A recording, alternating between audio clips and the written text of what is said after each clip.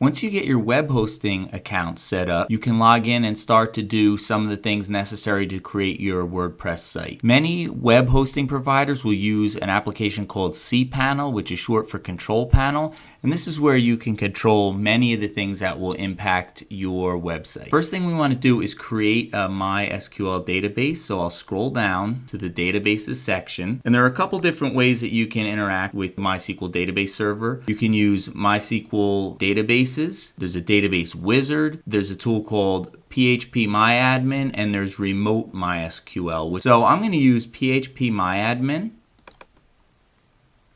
When phpMyAdmin opens up, there are quite a few options that allow you to view, edit, or create databases on your server. What you want to do is go to the Databases tab, and this would show all the databases on your server. And we want to create a new database, and we'll call the new database WordPress.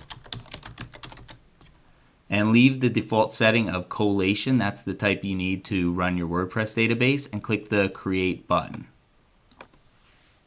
Now that our database is created, we want to create a user that's allowed to access this database. So if you click the Privileges tab, click Add New User. So let's create our username. The username will be blog.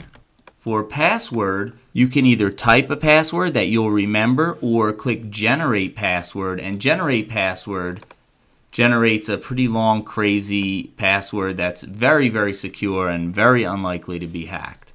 I'm actually going to go with one that I can remember.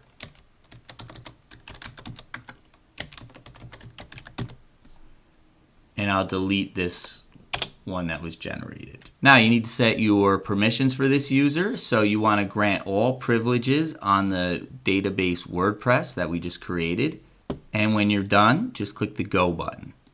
So the user has been created and you're ready to move on to the next step.